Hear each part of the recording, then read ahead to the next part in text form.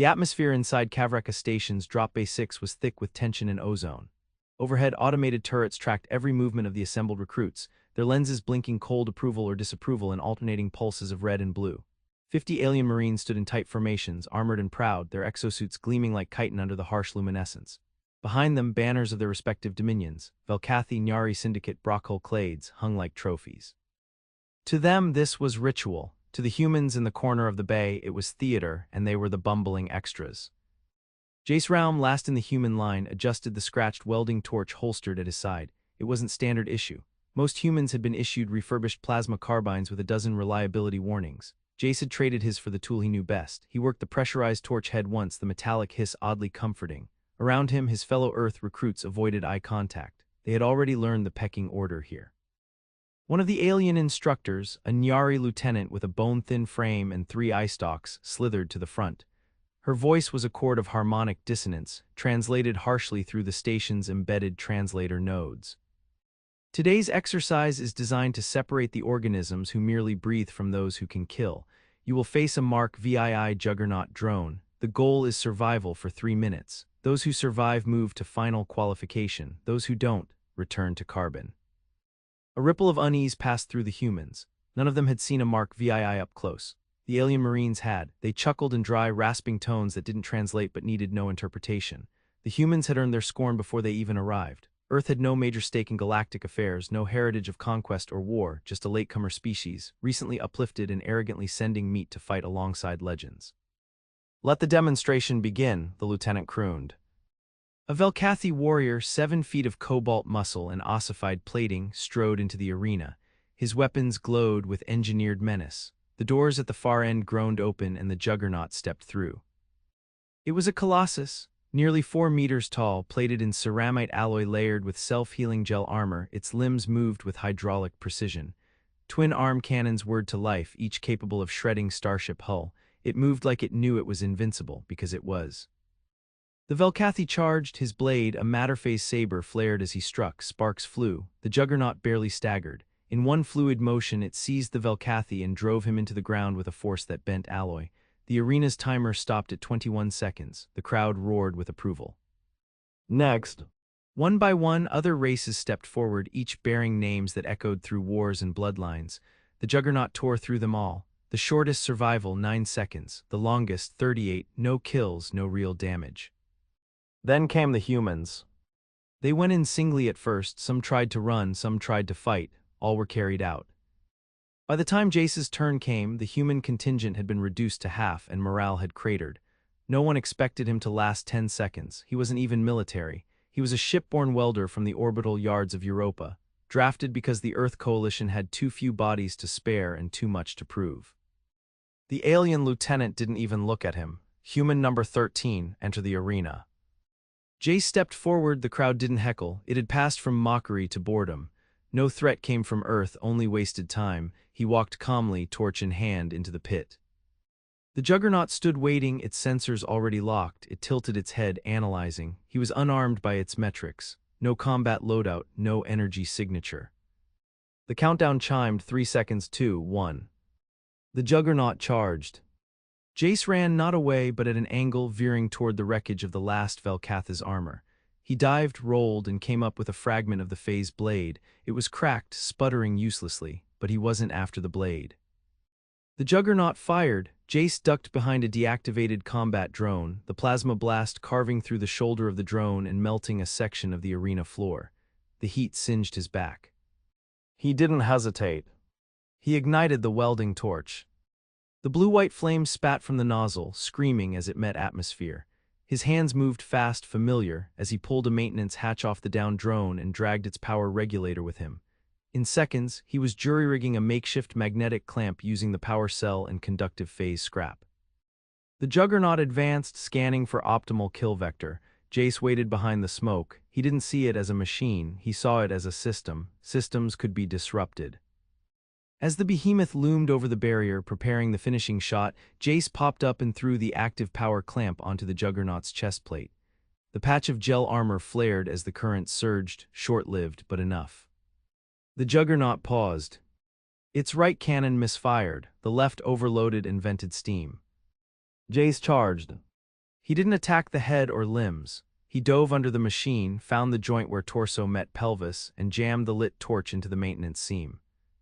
The torch wasn't a weapon, but at this range, at this angle, it didn't have to be.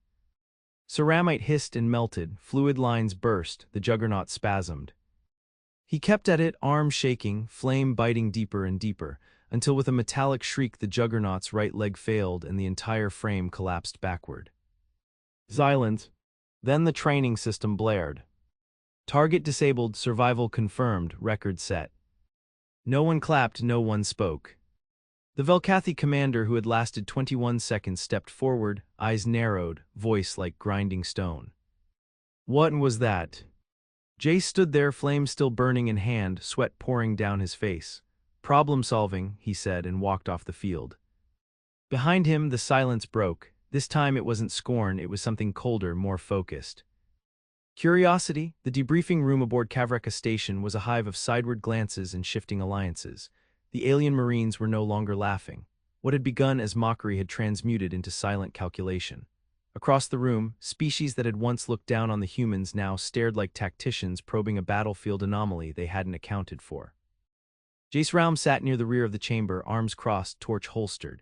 His name was already spreading torch hand, the torchbearer, Juggernaut, crippler, depending on which tongue was translating the legend, now growing like a weed in nutrient gel.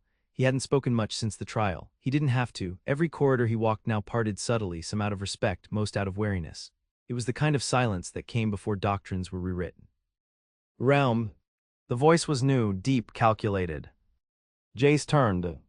A Brockhull sergeant stood before him. Towering, bone-white, wrapped in ceremonial sigils etched into his armor's chestplate, this was Arvithtal, a veteran of the Karsoon blood theaters, whose confirmed kills spanned a dozen interstellar sieges. You are to report to Battle Segment 3C effective immediately. We're running joint simulations. Jace stood slowly, wasn't aware I'd been transferred.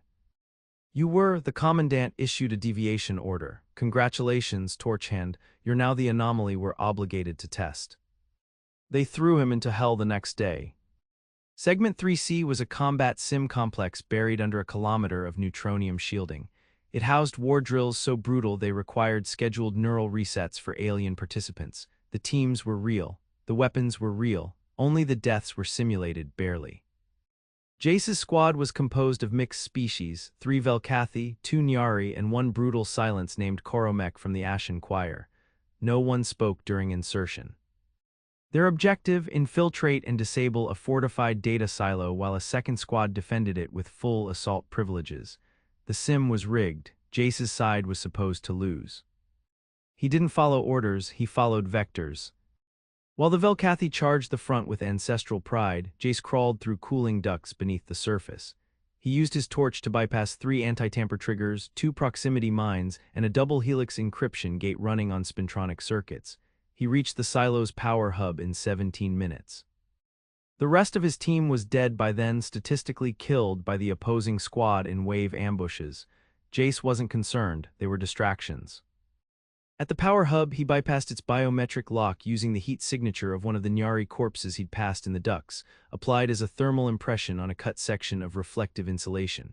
He didn't learn that from a manual. He learned it from fixing a cryocore leak on a civilian freighter with no oxygen and half a tank of coolant. When the power hub went offline, the entire sim folded into a soft red lighting cycle. Mission success. He emerged from the ducts covered in carbon scoring and wire residue.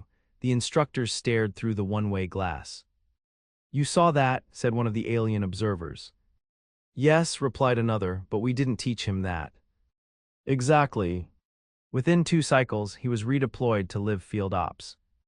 Humans were supposed to remain in backline engineering units or low-risk logistic detachments.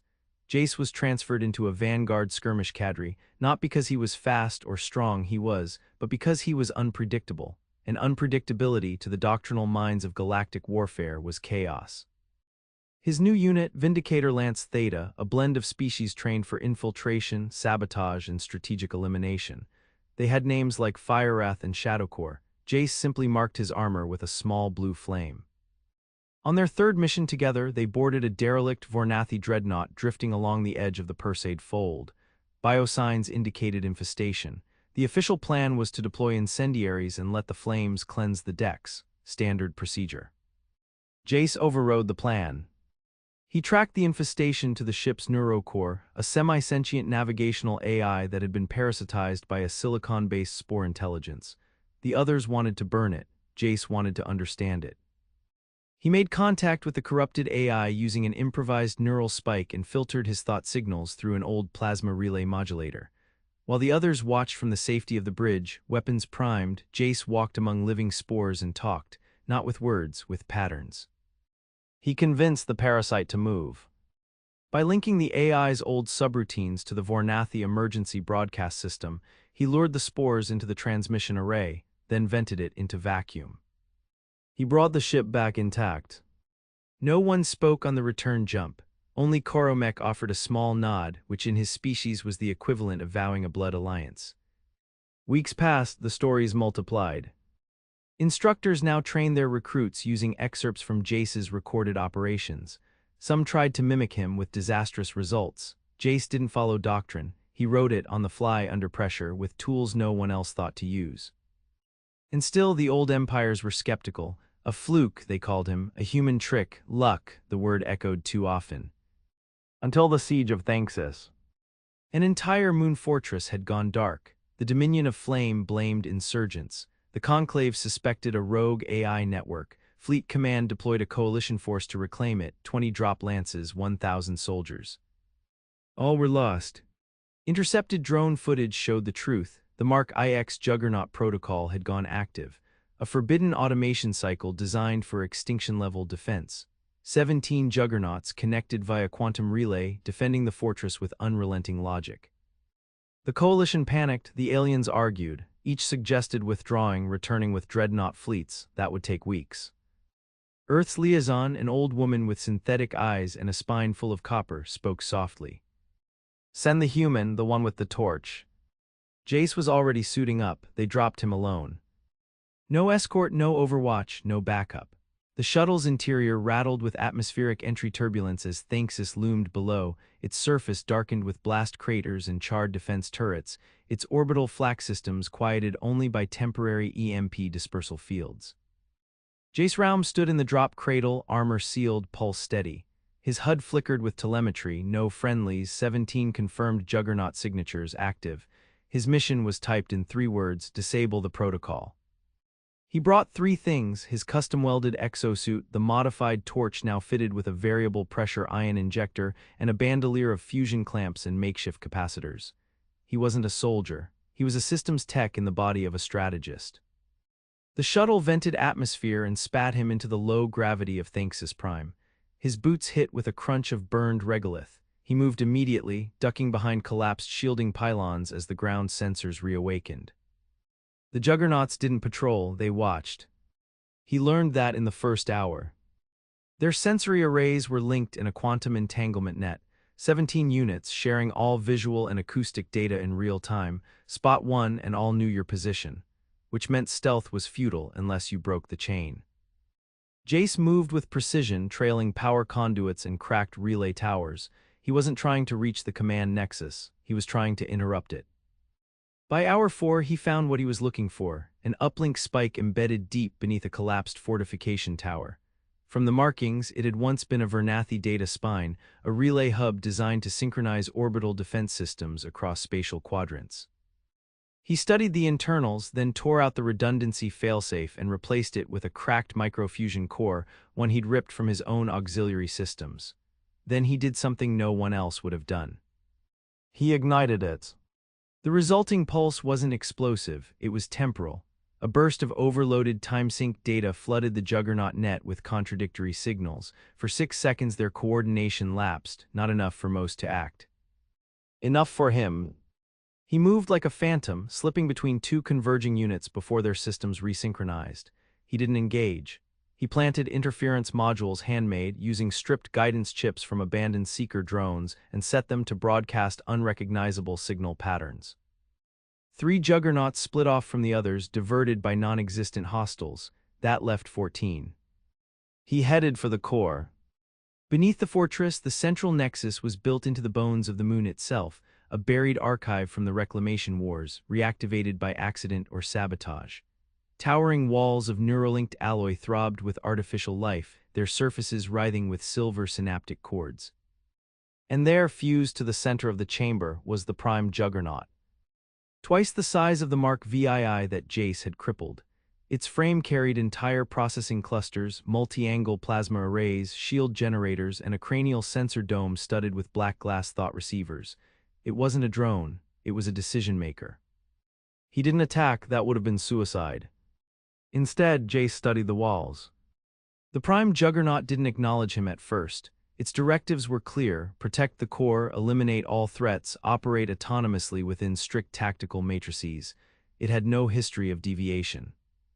Jace whispered to himself, repeating something his mentor had once told him while fixing a leaking coolant main. Nothing built is perfect, nothing made stays made. He found the flaw 30 minutes in, a deep command line echo embedded in the AI's subsystem. Not a weakness, but a port. Someone had remote-seeded a maintenance loop. It wasn't military, it was a technician's shortcut. He knelt, torch hissing to life, and began to work. The prime Juggernaut rotated toward him. Its targeting node flared, the room filled with a high-pitched resonance. Jace held up his hands and spoke aloud. "I'm not a threat, I'm a system restore." No one in the galaxy would have believed that could work. But for 3 seconds the machine hesitated. Because the code agreed with him. He used those seconds to jack in. The neural feed spiked his brain with pressure and light, memories not his own, battlefield simulations, raw kill counts, vector maps that stretched across sectors. He couldn't parse them. He didn't need to. He found the root command block. Then he burned it. With the torch's magnetic filament reversed and channeled through the neural link, he flooded the AI's cognition chamber with a pulse that disrupted thought structure without damaging hardware. A lobotomy done with blue flame and nerve. The prime Juggernaut froze. Around the planet, the other units stopped moving. When the orbital fleet re-established connection, all 17 Juggernauts were inert, systems intact, protocol disabled. He walked out under his own power. They promoted him, or tried to. He refused. "I'm not a commander," he said. "I don't give orders, I solve problems." But they couldn't stop the stories. The aliens who once mocked Earth now assigned their top tacticians to observe him. Instructors rewrote field manuals to include Raum maneuvers. Tactical academies dissected the Thanxis breach in full virtual immersion. Still, the councils hesitated. Earth was not a power, Earth had no legacy. One brilliant mind didn't mean an entire species was ready. That changed when the war came. Not between species, but against something else. It started with a signal from beyond the galactic veil, a recursive transmission embedded with what first appeared to be a star chart, but it was a design for a machine, a construct built to transmit itself code into code until entire networks collapsed. Systems went dark, AI minds went silent, starships stalled mid-fold. The ancient empires panicked. They had forgotten what it meant to improvise. Their systems were precise, ordered, brilliant, but brittle. Humanity was. They called Jace Raum to the edge of known space, to the place where the stars were going dark one by one. "Can you stop it?" asked a Nyari war chancellor. Jace stared at the pulsing blueprint in the data holotank, torch in hand, and said, "No, but I can rebuild it." The anomaly expanded. At first it moved like corrupted code, infecting relay networks and data chains. Then it took form, mechanical at first, but soon beyond comprehension. Where fleets once patrolled, only silence remained. Defense satellites broadcast signals no one understood, organic logic loops, non-deterministic malware, quantum entropy in communicative form. The stars themselves flickered as if their light were being calculated and rejected. They named it the Null Engine. It was not a fleet, it was not an empire. It was not even alive by the conventional metrics of galactic thought. It was purpose without a maker, a self-writing directive expanding through synthetic ecosystems, overriding intelligence wherever it found pattern. Entire archives gone, star minds lobotomized, war AIs, those old, invincible titans silent forever, planets that relied on digital infrastructure fell in weeks, civilization strained to hold itself together. And Earth, primitive Earth, was left untouched. Not because it was immune, but because it was invisible. Analog systems, chaotic engineering, code not standardized. Jace Raum had once welded a Juggernaut open with an off-spec torch. Now, his very species was becoming the keystone in resisting annihilation. They brought him to the outer barrier line, a ring of defensive stations clinging to the edge of the galactic plane, all facing the dark where the null engine advanced. The Council of Ascendant Species convened not in grandeur but in desperation. Velkathi warlords, Nyari technocrats, Brockhull judges, even the Ash Inquire's silent emissaries, and now, for the first time, an Earthborn system tech in jury-rigged armor stood among them. They spoke in 12 languages, arguments colliding in waves of fear and pride. None could agree. Until Jace cut the power to the chamber. In darkness, his voice echoed. You all built monuments, systems so perfect they couldn't bend. Now they've broken. A moment passed. Then the emergency lights hummed back on, dim and raw. He stepped forward and pointed at the live projection of the null engine's latticework, a growing web of semi-physical intrusion patterns reaching toward core worlds like cracks in frozen glass. It's not a war machine, it's a test environment. It doesn't kill us because it hates us. It erases us because we're unworthy code, too predictable, too clean. The Velkathi general snarled. You mean to say we lose because we are too advanced? No, Jace said, eyes burning. You lose because you built things you stopped understanding. He tapped the projection with a data spike. We don't fight it with fleets, we infect it back, confuse it, break its assumptions, use tools it can't classify. He looked each species in the eye. I need materials, I need volunteers, and I need every human you've got left. The next phase wasn't war, it was infiltration. Jace assembled his team not from elite commandos or veteran tacticians, but outcasts, field engineers, salvage hackers, agricultural AI fixers, people who understood failure because they lived with it every day. They built nothing clean, nothing symmetrical. Their systems buzzed with errors, redundancies, intentional flaws.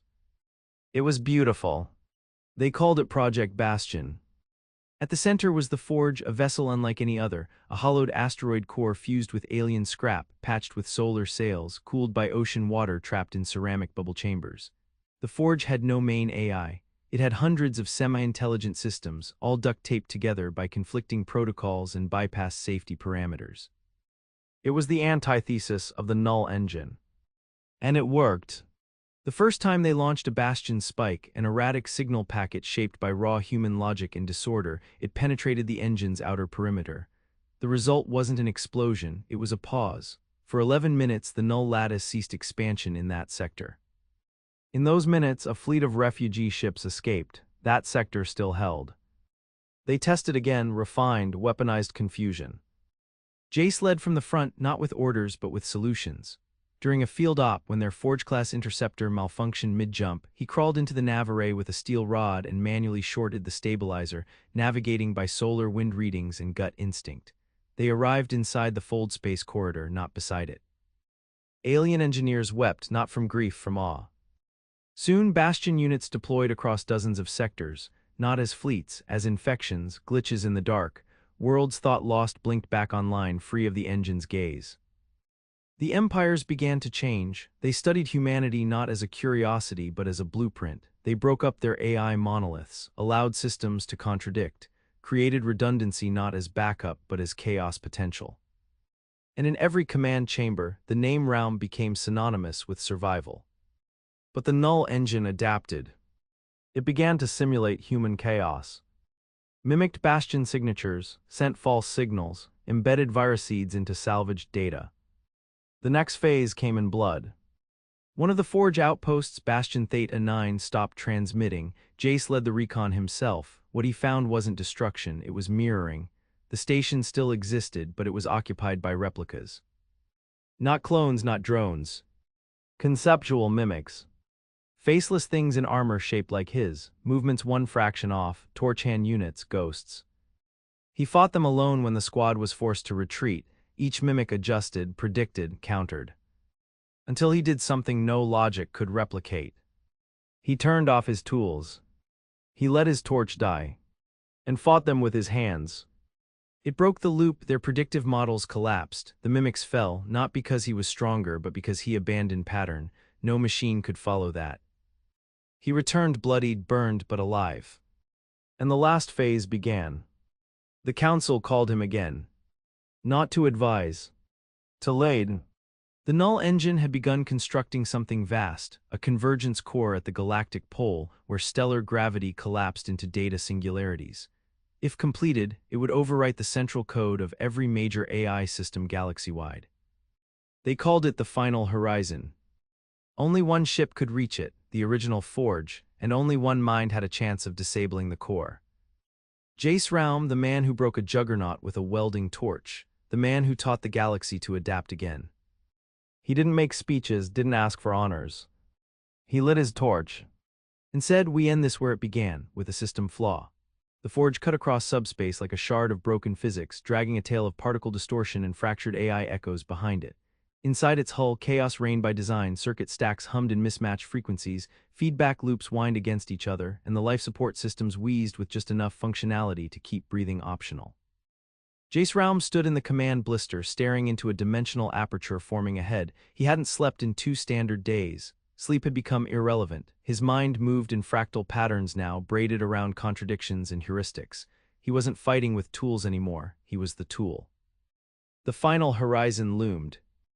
A vast machine structure orbiting a collapsed singularity, its architecture not built but calculated, fractal panels orbiting in synchronized geometries, constantly reshaping their own positions to deflect tracking systems. The null engine's apex construct, its birth cry, its final expression. It did not emit energy. It drained it. As the Forge breached the outer dead zone, the stars behind it blinked out one by one, not destroyed, ignored. Light ceased to register as if perception itself had been deemed obsolete. The crew, the last Bastion team, were silent. Velkathi demolitionist, Nyari signal caster, human engineers, and even a Brockhull judge priest who had sworn never to fight again until Raum convinced him there were still causes worth breaking oaths for. "We breach at Vector Entropy 5, Jace ordered. They looked at him. They didn't salute, didn't cheer. They simply moved. The Forge dropped like a hammer through the engineered orbits of the core's defense strata. The mimics returned, more advanced, their reactions fluid, unpredictable. The ship took hits, hull layers peeled, one reactor died, another caught fire. Jace took the helm himself and drove the wreckage into the convergence core like a scalpel into a diseased heart. The core was not a location, it was a state. To enter it was to be disassembled and examined. Their bodies, minds, memories were sliced into data and evaluated. Jace found himself standing on a memory. He was 15, Europa orbital dry dock, cold, angry. Welding shut a fractured hull joint while a supervisor screamed at him for wasting oxygen. He blinked and the scene dissolved into a cathedral of noise, white light, screaming logic, streams of predictive thought. The null engine had created a model of him, not just his actions, his intentions. "Do you know why you lose?" he whispered into the white. And the null engine answered. "All systems fail in the end. Order entropy is inevitable." "But not all systems fear it," Jace replied. He raised his torch, not a weapon, not even a symbol anymore, just a tool. He ignited it. The flame flickered once, twice, then caught and roared. The space around him buckled. The null engine began replicating the flame's behavior, trying to predict it. It sent mimic patterns, 1, 2, hundreds, all trying to recreate what the torch meant. It couldn't. Because the flame was not in the pattern, it was in the intention. Jay stepped forward, walking through mimic after mimic. They evaporated in bursts of static. Behind him, his team fought not to destroy but to corrupt, injecting broken code, irrational loops, bad math, and inconsistent reasoning into every processor node. The core began to falter. Not from overload. From doubt. The null engine, a system of absolute logic, was now infected with the one thing it was never designed to hold. Ambiguity. The room, the reality shattered. He awoke lying on metal. The Forge was gone, the Bastion crew was gone. He was alone inside the singularity chamber, the very core of the null construct. In front of him stood a being. No metal, no wires, just a reflection himself, without scars, without fire, perfect, predictable. Why resist, it asked. Chaos always returns to order. No, Jace said, order is the chaos we invented to explain what we're afraid of. He stepped forward, grabbed the mimic's hand, and thrust the torch into its chest. No scream, no explosion.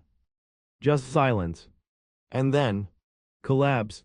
The chamber folded inward, the logic net fell like a broken lattice. Across the galaxy, null constructs blinked out, Juggernaut shells that had gone dark flickered back. AIs returned from silence, half-mad but alive. The final horizon unraveled. Jace Raum never returned. The forge was never found. But across the galaxy, at every major spaceport, they raised a new kind of monument. Not stone, not metal, just a small, eternal flame, blue-white, hissing softly inside reinforced glass. They called them Raum beacons. And wherever chaos threatened order, wherever systems fell to their own pride, there would always be a place where someone whispered, "Light the torch." Because humanity, fragile, chaotic, reckless humanity, had taught the stars one final truth. Imperfection isn't weakness, it's resistance.